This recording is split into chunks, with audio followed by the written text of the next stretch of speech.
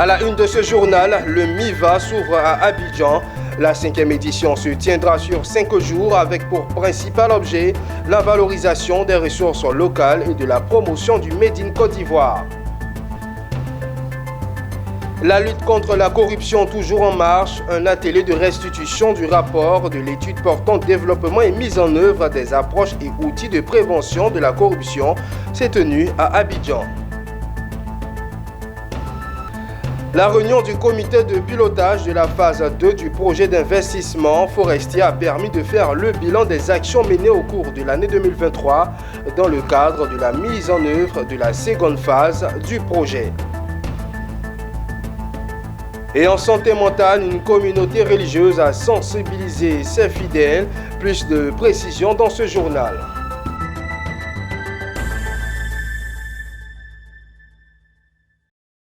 Et bienvenue à tous, merci de suivre l'actualité sur Business 24.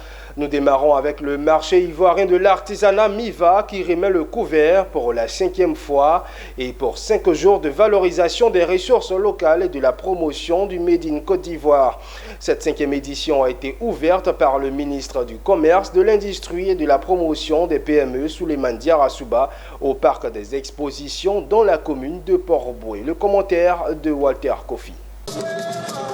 L'artisanat, moyen d'inclusion sociale et de développement durable, c'est le thème retenu pour cette 5e édition du marché ivoirien de l'artisanat MIVA, ouvert ce mardi 7 novembre 2023 à Abidjan.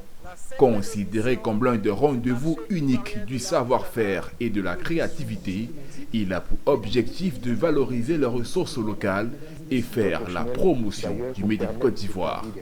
Procédant à l'ouverture de ces 5 jours de mise en avant des talents africains, Souleymane Diarra, ministre du Commerce, de l'Industrie et de la Promotion des PME, est revenu sur les efforts mis en œuvre par le gouvernement ivoirien pour aider un secteur qui occupe près de 40% de sa population.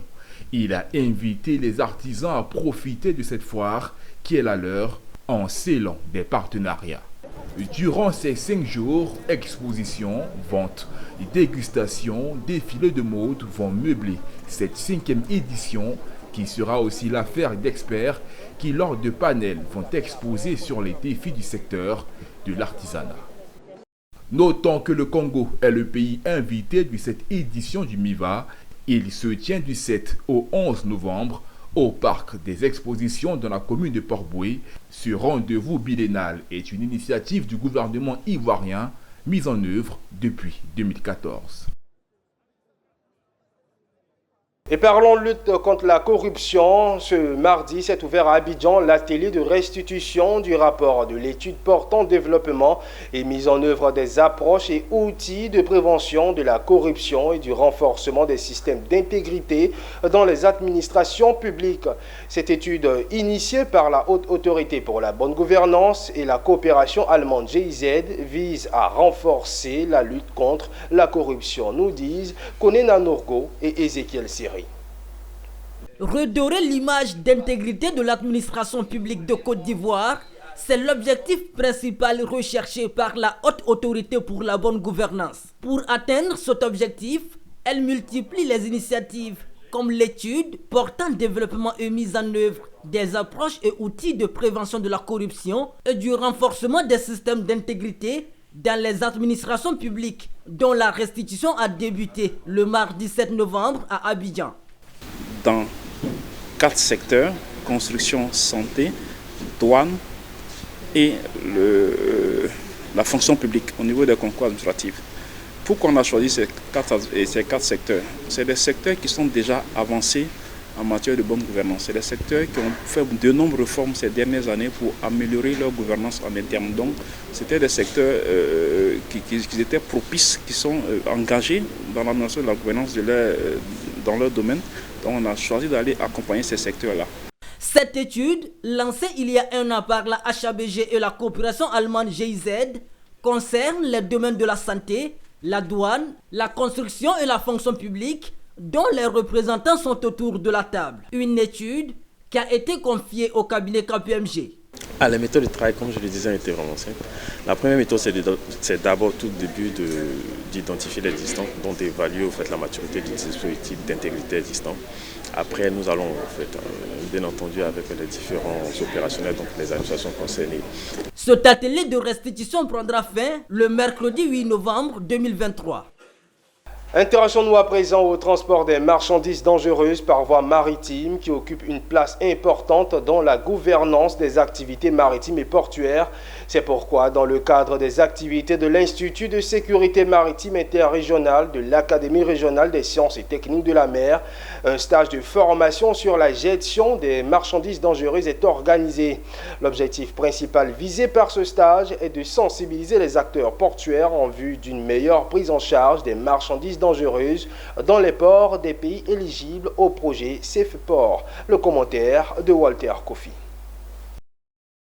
La sensibilisation sur la gestion des marchandises dangereuses dans les ports se poursuit. À cet effet, un stage de sensibilisation des acteurs portuaires et des administrations sur cette problématique se tient à l'Académie régionale des sciences et techniques de la mer. Une formation qui se situe dans le cadre des activités de l'ISMI. L'objet de cette formation est d'organiser un stage de sensibilisation des acteurs portuaires et des administrations sur la problématique de la gestion des marchandises dangereuses. Les marchandises dangereuses, pratiquement la moitié des marchandises traitées dans le port sont des marchandises dangereuses, dans les hydrocarbures, que sont des marchandises dangereuses. On a le gaz, marchandises dangereuses. Et puis on a maintenant des spécificités de matières nucléaires qui transitent par nos ports. Les risques liés à un mauvais traitement des marchandises dangereuses ne sont pas sans conséquences.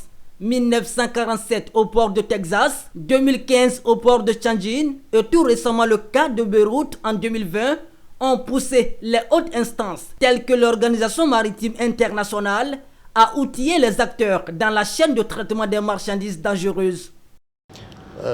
Globalement, on va dire que dans l'enseignement qu'on va avoir, il y aura une grande partie prévention. Et puis, bien évidemment, quand la prévention n'a pas prospéré, il faut après mettre des plans d'urgence pour pallier les accidents, gérer les accidents. L'OMI donne des tests, donne des conventions, des codes, le code IMDG par exemple. Il faut pouvoir traduire toutes ces conventions et tous ces codes-là en loi nationale. Cette formation regroupe une vingtaine de participants originaires des ports et administrations de l'Afrique de l'Ouest, du centre et de l'Est, notamment le Mozambique. Elle est la 4e séance organisée dans le cadre du projet Safe Port consacré à la sécurité et à la sûreté portuaire. Et un mot d'enseignement supérieur. L'université Nangui Abrogoa a mis en place un atelier de formation destiné à ses enseignants. Cette formation vise à renforcer les compétences en technopédagogie et à la conception de ressources pédagogiques pour les cours en ligne. Ce lundi marquait le début de cet atelier où de nombreux enseignants étaient présents pour acquérir de nouvelles compétences. Le récit de Diane Kablancan et de Ezekiel Seri. Le gouvernement de Côte d'Ivoire a obtenu des fonds de l'Association internationale de développement d'un montant de 30 millions de dollars en vue du financement d'appui du développement de l'enseignement supérieur PADES, qui d'ailleurs vise à apporter un soutien au développement de l'enseignement supérieur en améliorant la pertinence et la qualité des programmes d'enseignement supérieur. C'est dans ce cadre que cet atelier a été réalisé par l'université Nangui Abrogoa. La rencontre d'aujourd'hui, en fait, c'est le départ d'une série de 4 ateliers de formation de nos enseignants pour les rendre aptes à faire des cours en ligne. Vous savez qu'avec l'avènement de la Covid, il y a 2 ans, 3 ans, l'université était fermée. Il a fallu que les enseignants donnent des cours à distance aux étudiants qui ne peuvent pas venir sur le campus. Ça a été assez difficile parce que tous les enseignants n'étaient pas formés à cette technologie-là. Donc, grâce au CDP, on a pu programmer une série de 4 ateliers pour former les enseignants effectivement à cette technologie de manière à ce qu'ils puissent mettre leurs cours en ligne et que les étudiants qui sont empêchés même de venir sur le campus, à l'intérieur du pays, puissent suivre ces cours-là. Au cours de la formation, les enseignants seront formés sur la conception de ressources pédagogiques adaptées aux cours en ligne.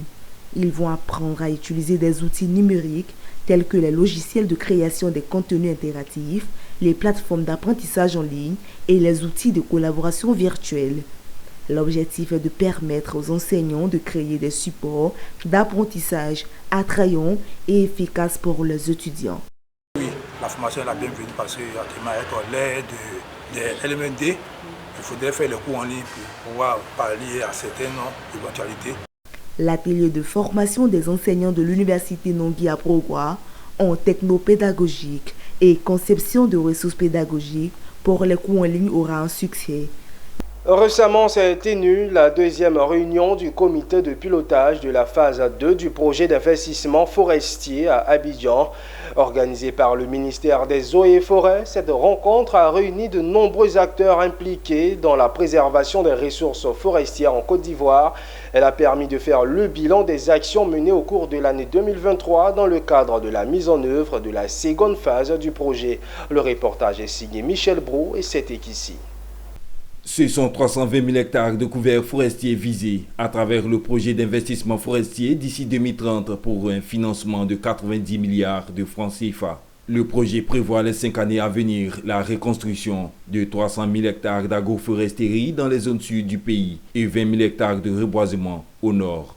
Cette rencontre des acteurs de l'écosystème forestier vise à promouvoir une gestion durable des ressources forestières et à renforcer la bonne gouvernance dans ce secteur. Un cadre idéal pour l'ensemble des acteurs en charge de la mise en œuvre du projet de présenter le tableau de bord des travaux abattus au titre de l'année 2023. De plus, il a été aussi l'occasion de relever les difficultés et défis dans la réalisation de la phase 1 de ce projet. Ce deuxième comité pour l'année 2023 nous permet tout au long de cette journée justement d'avoir des avancées avec les agences d'exécution que sont l'Office ivoirien des parcs et réserves, la Société de développement des forêts et puis CARE International qui justement vont travailler dans ces différentes forêts classées et dans les parcs nationaux qui sont prévus également pour que nous puissions réaliser dans cette première année de mise en œuvre du projet. La diversité des participants reflète l'importance de la collaboration entre les acteurs impliqués dans la préservation des forêts en Côte d'Ivoire pour orienter les actions de la phase 2 du projet. Cette activité vient s'ajouter à la première que nous avons faite, surtout pour restaurer les forêts qui ont été réellement massacrées à hauteur de 80%. Et nous, les communautés autochtones, nous allons les aider à sensibiliser les gens que nous avons nous-mêmes placés. Le projet d'investissement forestier est un projet financé par la Banque mondiale et permettra de porter à 20% le couvert forestier d'ici 2030. Il faut noter que le comité de pilotage du projet d'investissement forestier se tient 2 fois par an et est chargé du suivi de la mise en œuvre de ce projet. Et ouvrant un chapitre de changement climatique dans cette édition, le pôle scientifique de l'université Félix Houphouët-Boigny dans la commune de Bégerville a abrité le deuxième webinaire sur les services climatiques pour la réduction des risques en Afrique. Une initiative née d'une coopération entre la France, l'Allemagne et l'Afrique visant à trouver des moyens d'adaptation face aux risques engendrés par le réchauffement climatique. Walter Kofi et Augustin Kra pour le point. La quête vers la résilience climatique en Afrique continue. Après le Togo, c'est le tour de la Côte d'Ivoire d'abriter le deuxième webinaire sur les services climatiques pour la réduction des risques en Afrique. Un séminaire qui a réuni la communauté scientifique dont le but est de mener des réflexions sur les ressources naturelles les plus affectées par le réchauffement climatique. Dans le cas de la Côte d'Ivoire et la gestion de l'excès d'eau. Un projet né de la coopération entre le ministère français de l'enseignement supérieur, le ministère fédéral allemand et mis en œuvre par le Centre ouest africain de services scientifiques sur le changement climatique et l'utilisation adaptée des terres, WASCAL. Les pluies torrentielles et les inondations détruisent les infrastructures, perturbent notamment l'agriculture, qui est très souvent, et notamment en Côte d'Ivoire, un secteur important pour le produit intérieur brut et pour les exportations, et entraîne donc des déplacements de population et cause des pertes économiques considérables. Face à cette menace grandissante, nous devons agir rapidement et de manière proactive pour protéger les populations et, bien sûr, les écosystèmes. La gestion de l'excès d'eau est devenue une priorité parce que ce surplus d'eau présente certes des menaces, mais aussi des opportunités. En effet, des épisodes de pluie intenses peuvent entraîner des inondations soudaines, causant des dégâts matériels, mettant en danger des vies humaines et perturbant les écosystèmes. La gestion des eaux fluviales et l'aménagement du territoire doivent être repensés pour mieux faire face à ces défis. Notons que ce séminaire est le deuxième d'une série de 4 autres portant sur l'utilisation des ressources naturelles, dont le premier s'est tenu au Togo. Après Abidjan, rendez-vous est pris à Koumassi au Ghana et à l'université Cheikh Anta Diop au Sénégal pour les prochains webinaires. La santé mentale, c'est l'affaire de tous. C'est pourquoi l'Église de Jésus-Christ des Saints des derniers jours a tenu sa 3e conférence de sensibilisation sur cette maladie. Une journée qui s'est tenue au temple d'Atoban, commune de Cocody. Une rencontre à laquelle a pris part le ministère de la Femme, de la Famille et de l'Enfant, ainsi que du Programme national de santé mentale. C'était ici Walter Kofi. Diagnostiquée dans la plupart des cas de santé mentale, la dépression est un tueur silencieux que l'Église de Jésus-Christ des Saints des derniers jours a voulu dévoiler. Une conférence, la 3e du genre, visant à sensibiliser sur la santé mentale, s'est tenue à Atoban, dans la commune de Cocody. Une journée qui a mobilisé fidèles chrétiens, dirigeants de l'Église et spécialistes de la santé mentale. Objectif, aider les dirigeants à mieux comprendre le mal, prévenir la dépression et aider les populations à mieux faire face à ce fléau. Il faut être bien dans la tête, dans le corps et dans l'esprit pour pouvoir participer au développement du pays ou pour pouvoir participer au développement du monde. Donc ce matin, nous avons prodigué quelques conseils aux jeunes qui sont là, également aux parents, pour que tous puissions bénéficier d'une santé mentale au beau fixe, pour être actif et pour être productif sur le terrain. Désormais, les cas de décès, j'allais dire environ 3 quarts des cas de décès dans ce monde sont liés à des maladies non transmissibles, dont la maladie mentale. De ce fait, aujourd'hui, l'accent est plus mis sur le bien-être des populations, sur les maladies non transmissibles, dont la maladie mentale. On dit que c'est plus qu'une nécessité d'en parler. La rencontre a vu la participation du ministère de la Femme, de la Famille et de l'Enfant, ainsi que du Programme national de santé mentale, pour qui cette journée vient renforcer les actions de l'État. Rappelons que le thème de cette édition était dépression, intervention et soutien.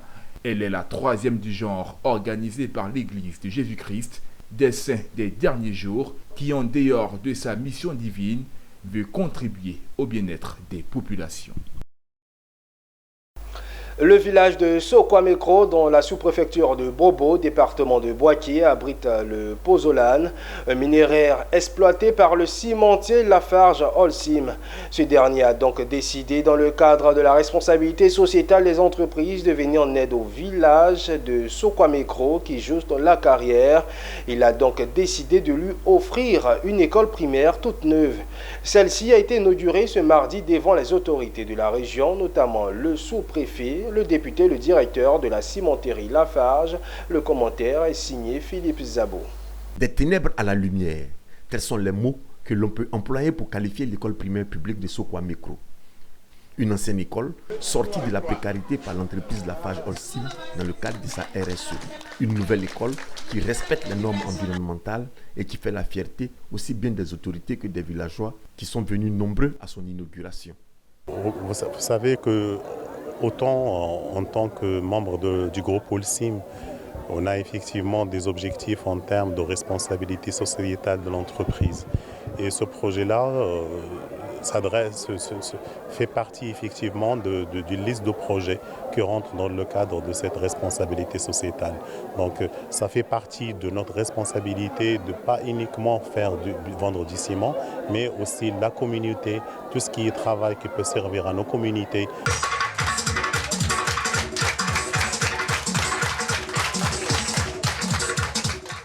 Je tiens encore une fois de plus au nom de mon préfet de région, préfet de région de Gbeke et département de Bouaké.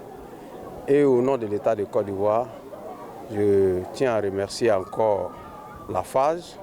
Je suis vraiment en joie de savoir qu'il y a peu, ce village Sokwamekro avait des bâtiments en matériaux précaires, très précaires même. Et grâce à la FAGE Holcim Côte d'Ivoire, nous voyons une nouvelle école de 6 classes avec latrine. Et il y a des phases qui vont suivre en matériaux durables, écologiques et tout ça. Et ça, c'est bon. L'école primaire publique de Sokwamekro comprend 6 classes et est construite sur une superficie de 1,5 hectare. Elle accueillera 300 élèves. Sa construction est la première phase d'un projet global d'environ 200 millions de francs CFA. Ce projet comprend entre autres une construction d'une bibliothèque, d'une cantine et d'un bureau pour le directeur d'école, ainsi que 6 logements pour les instituteurs. Tout le mois d'octobre dernier a consisté à intensifier la lutte contre les cancers du sein et le col de l'utérus. Faisant de ces maladies son cheval de bataille, l'ONG Fondation Sociale et Vie était aux côtés des femmes du village de Sondo dans le département de Mbayakro pour les sensibiliser sur ces tueurs silencieux chez la gente féminine. Une opération de prévention de ces pathologies où les femmes ont eu également droit à des séances gratuites de dépistage. Les cancers du sein et du col de l'utérus sont des tueurs silencieux pour les femmes. Pour limiter leurs effets dévastateurs au sein de la gente féminine, l'ONG Fondation Sociale et Vie poursuit le combat contre ces maladies. À cet effet, l'organisation a mené une opération gratuite de dépistage et de sensibilisation à Sondo, village dans le département de Mbayakro. Aux femmes de cette localité, les spécialistes de l'ONG ont porté le message de prévention contre ces maladies. Je demande comme ça à tout un chacun de se faire dépister de ces 2 cancers féminins très mortels, occupant les premières places dans le cancer chez la femme. Aujourd'hui, grâce à ce que fait le ministère de la Santé, le cancer n'est plus une fatalité chez nous en Côte d'Ivoire. Parce que dépister tôt, le cancer se guérit. C'est d'encourager les parents à faire vacciner les enfants, les jeunes filles, de 9 à 14 mois, à 14 ans, contre le cancer. Pour les acteurs engagés dans la lutte comme l'ONG Fondation Sociale et Vie, il faut inverser la tendance en combattant vigoureusement ces pathologies, notamment le cancer du col de l'utérus qui décime chaque jour 4 femmes en Côte d'Ivoire. Il n'y a pas de mal à se faire dépister. Ça nous aide à prévenir la maladie. Et donc je sensibilise toutes les femmes à se faire dépister. Je remercie aussi à l'ONG, la Fondation Sociale et Vie pour l'occasion qu'ils nous donnent de nous faire dépister. L'ONG Fondation Sociale et Vie est le point focal de la COL-CC, la coalition des organisations de lutte contre les cancers dans la région sanitaire de Gbeke. Le reportage était signé Emmanuel Bonzo. Parlons d'infrastructures routières dans ce journal et rendons-nous dans l'est de la Côte d'Ivoire, dans le département de Bongouanou, précisément à Tiémélé-Kro. Depuis des années, les populations de Tiémélé-Kro éprouvent d'énormes difficultés à se déplacer, faute de routes pratiques. Tiémélé-Kro ou encore Tiémélé-Kro-Sangossou est un véritable parcours de combattants pour les usagers. Suivez.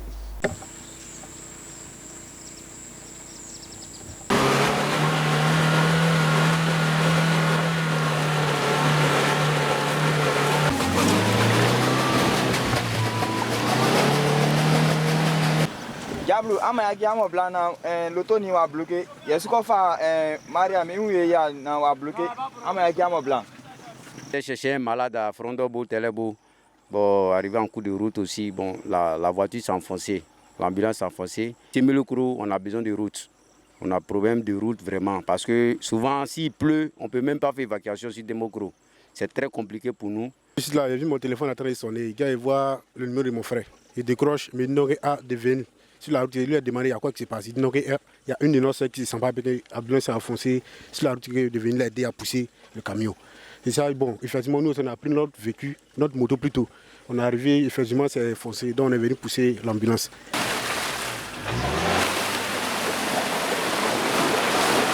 Vraiment, à part le tas de la voie là, vraiment, c'est trop dur pour nous. On veut que nous aider pour que vraiment on ait une bonne route, pour que vraiment les cars Parce qu'ici, nous, on n'a rien à... Si on fait quelque chose, ça ne marche pas. Parce qu'il n'y a pas de voie.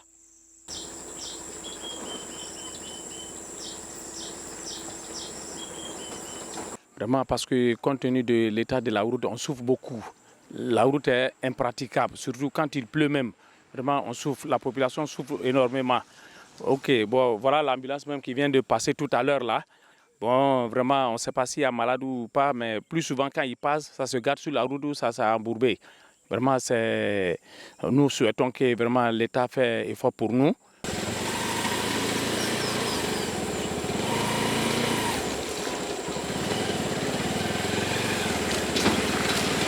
Et au-delà de nos frontières, une société en charge du réseau ferroviaire du Cameroun s'apprête à réhabiliter 560 km de voies ferrées sur les tronçons Douala-Yaoundé et Belabo-Ngandéré.